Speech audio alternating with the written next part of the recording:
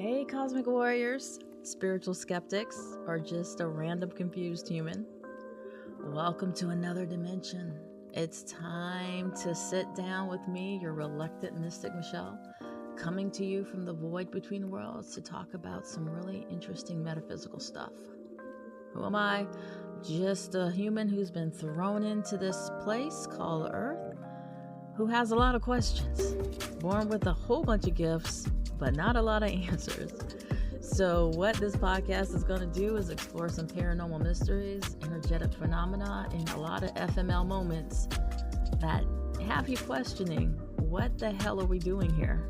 So if you're spiritual or you're just really confused, this is the right place for you. So join me if you like riding the waves of the quantum ocean and getting really down deep into the WTF of what's going on here. Because, as I always say, they're legit. There's no way I signed up for this. So if you're ready for a wild ride, let's go. So, hey. I know, it's been kind of scattered over the past few weeks, but I'm here. I'll probably cheat a little bit and make the date for this episode in sequence with my weekly episodes, but it is late. Life has been lifing. Life has truly been showing its ass. But that gave me the reason I was led to have this conversation or do this episode. Rightfully so, titled In the Eye of the Hurricane, or Eye of the Hurricane. We are currently going through a storm right now. I don't think it's a hurricane level, I don't think. But the hurricane I'm talking about is life. And a couple things have been brought to my attention just through the experience of living over the past few weeks is, if you're someone who feels you need to have control all the time to feel safe, newsflash, you're not going to feel safe 100% of the time, because you're not going to have control of things 100% of the time.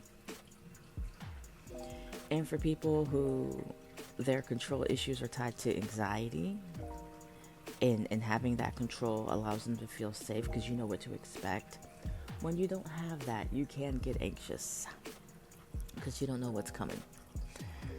So what I have learned over the past few weeks is when you're in that eye of the hurricane, right? And when I say that, that just basically means everything around you is in complete disarray. But when you're in the eye of a hurricane, there's peace. There's quiet. You can see the stars. And obviously, for my life living on the coast and being in multitude of hurricanes, it's some of the most peaceful, still moments is when you're in that eye. You don't know what's going on around you. You can't really see the damage or assess the damage. You don't really even know how long that time frame is going to last, depending on your location, right, when you're in the eye of a hurricane. But what we do know is that there's peace. There's stillness. And that's kind of what I want to focus on today. When you have so much going on, so much, are in situations where the things that are out of control or out of your control, you have to find your center. You have to find your center and trust. I was told or given message some months ago, maybe about a year ago, when your fear outweighs your faith, there's a disconnect. Fear and faith can't reside in the same space. So when your fear is outweighing your faith, there's a disconnect. And it's time to find your center. What does that look like? It can look very different depending on who I'm talking to, right? My faith, my center, right, my faith in God that everything is going to be okay.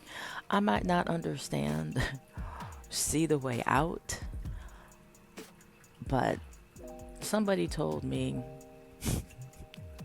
I don't know if I would call him a friend or he would even call me a friend, but the very, very short time frame I did know this individual, he said, or he used to say, at the end of the day's going to end. At the end of the day's going to end. So for me, that meant all that stress, all the just discontent and everything else, it's going to wrap up at the end of the day, right? And you got a new day tomorrow. How you choose to sit in that and navigate through that, that's where you have the control. So let's unpackage that a little bit, right? For people who deal with anxiety, it not even necessarily have to be coded. Like, I'm coded. When I say coded, that means I've been diagnosed with generalized anxiety disorder, also known as GAD, also known as every freaking thing stresses me the hell out. And when I get into situations where all the control has been removed from me, pretty much, I tend to shut down and ride out the storm. Meaning my communication tanks, my interaction with others tank. Probably not the most healthy way to deal with it, but it's worked for me until I can get past or get through.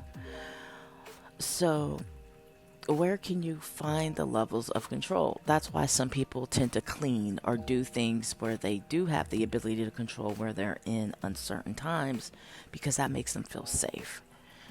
So when I say find your center, find where you're grounded, what's your true north? Only you can answer that question to what your true north is. Whatever that is, that's what you focus on.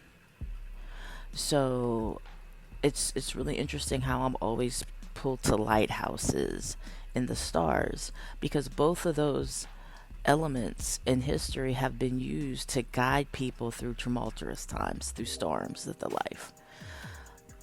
A lighthouse, you might not see anything around you. It might be dark. The waters might be rough and murky. You can't even see where the land starts and the water ends, but you can see the light from the lighthouse. And sailors and individuals on the sea would focus on the lighthouse. That was their safety. The northern star would direct people to safety. You might not know what's going on around you, who's chasing you, who's coming after you, but the focusing on the northern star kept you safe in moving forward. So in life, you have to find out what's your lighthouse, what's your northern star. And it might be different for every situation, right? I might not be able to control the weather. I might not be able to control other people's actions. I might not be able to control things that just completely caught you off guard that you didn't plan for, but I can control how I react to it. But I need to stay focused and focused on what that outcome is. Either way, right? At the end of the day's going to end. That might be what your focus is for that day. Just get through the day. I was going through an experience last week, and that was my mantra. Get through the day, get through tomorrow. Get through the day, get through tomorrow. That was my lighthouse. That was my northern star. That was the goal. Get through today and get through tomorrow. And I said it enough times to where the experience that I was going through, concluded. And I was okay. Get through today, get through tomorrow. And sometimes you can't even see far through the day. Maybe it's get through this hour, right? Control what you can control. And really, the only thing you can control is you. So focusing on what your true north is. Another example was on the way, I was doing a road trip, and on the way back, we went through a nasty, nasty storm to where you couldn't see anything. You couldn't see the car in front of you, the cars beside you. My northern star, or my lighthouse at that moment, were the white lines on the road. I had to focus on them to keep myself and my passengers safe. That was my lighthouse, right? The only thing I can control in that example was my driving. So I know I had to focus on the white lines so I could get off the highway. So again, depending on your situation, whatever your lighthouse is, whatever your northern star is, whatever your true north is, might look different, but the goal is to stay focused on that and not all the disarray around you. That's all going to work itself out. At the end of the day's going to end. That's all going to work itself out one way or the other. But if you can't control any of it, then putting all your stress, effort, energy onto it is pointless. Your focus has to be how you're going to navigate through it. All right. How do I get to the other side? Now, for me, plans are huge. Again, planning how I'm going to navigate something, that's an example of controlling things I can control, which is myself. So it's like, okay, this is going off kilter. This is going off the rails. This is a whole damn mess over here. I can't control any of that stuff. But I can control how I respond to it and how I will navigate through it. Get through today. Get through tomorrow. So when you are finding yourself in the eyes of hurricanes, finding what your true north is, finding what your northern star is so important. And at the base of it all, how is your faith? What does that look like? Again, if your fear is outweighing your faith, there's a disconnect. So how do we get to resolving the disconnect?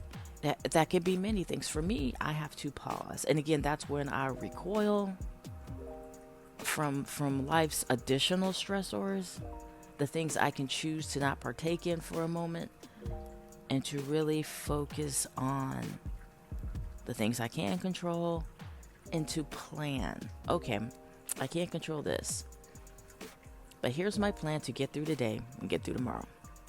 That might just be breathing. How many of you have taken a breath, a very intentional breath? Not the shallow ones you don't even notice, not the involuntary things that keep us alive, but pausing and taking a breath.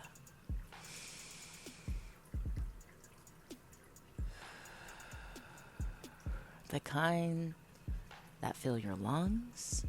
You feel the air coming in through your nose, through the back of your throat, and out through your lips.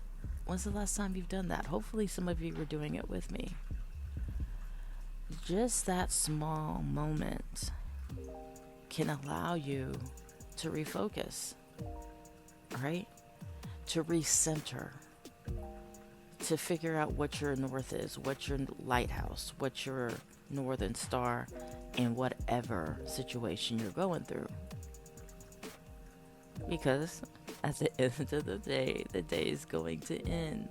So additional stress and everything else, it doesn't last forever.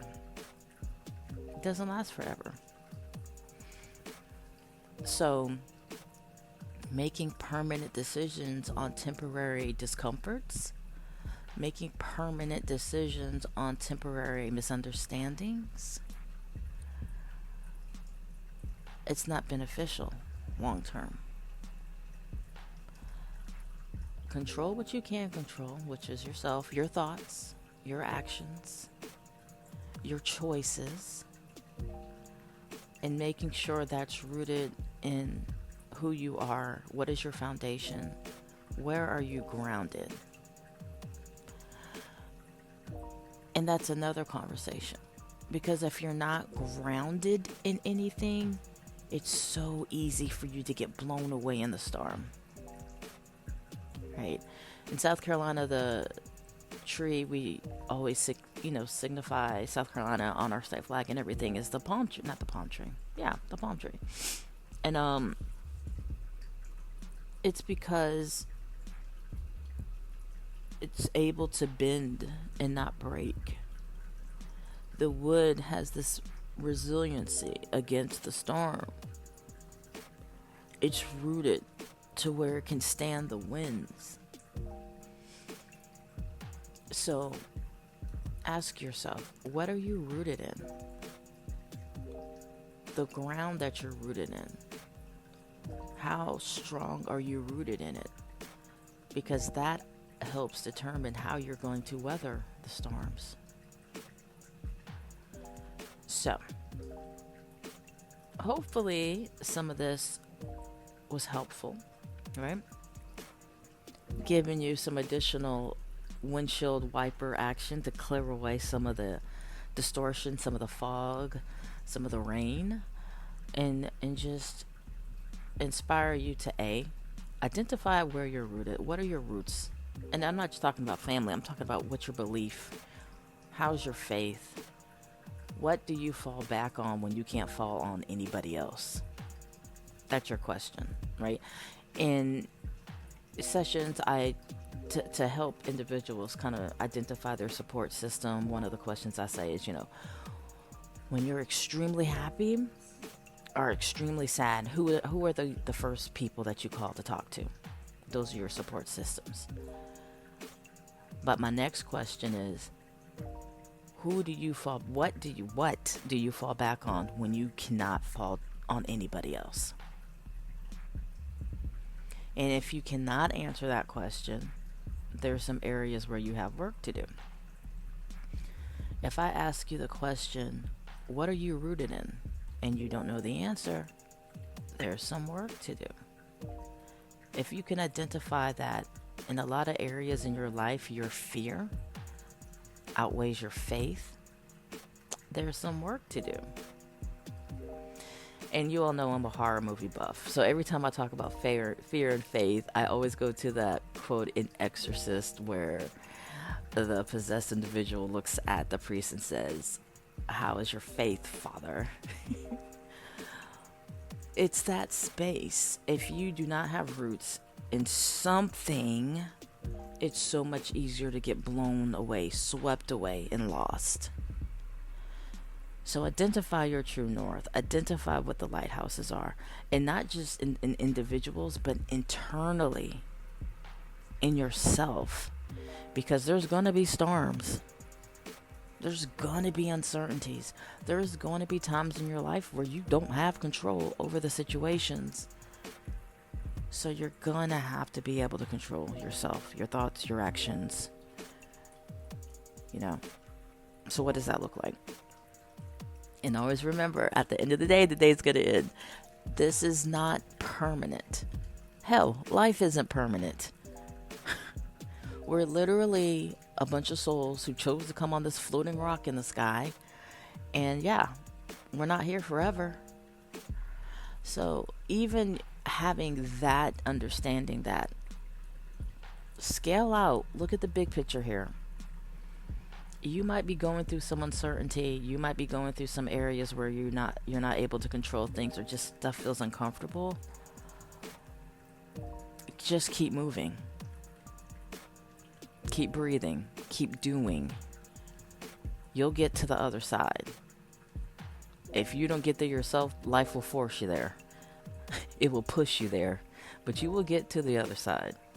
So hopefully this was helpful. Again, life has been lifing, and get through today, get through tomorrow has been a mantra of mine for the past week or so. So if you can use it, use it. It has been helpful. It gives me a goal. And if I got through today, I can check that off. My next goal will be get through tomorrow. And just remember, lighthouses are out there. The northern star is out there. You just have to determine what these look like for you. And sooner or later, the storm will pass. And the restriction can begin. So as always, thank you for your patience with me in navigating my storms. Yeah. and getting through the day and getting through tomorrow. But don't forget, I'm gonna actually be doing what I need to do on the other channels as well. So yeah, hopefully guys, you are taking care of yourself, staying hydrated, and as always, keep your eyes to the sky.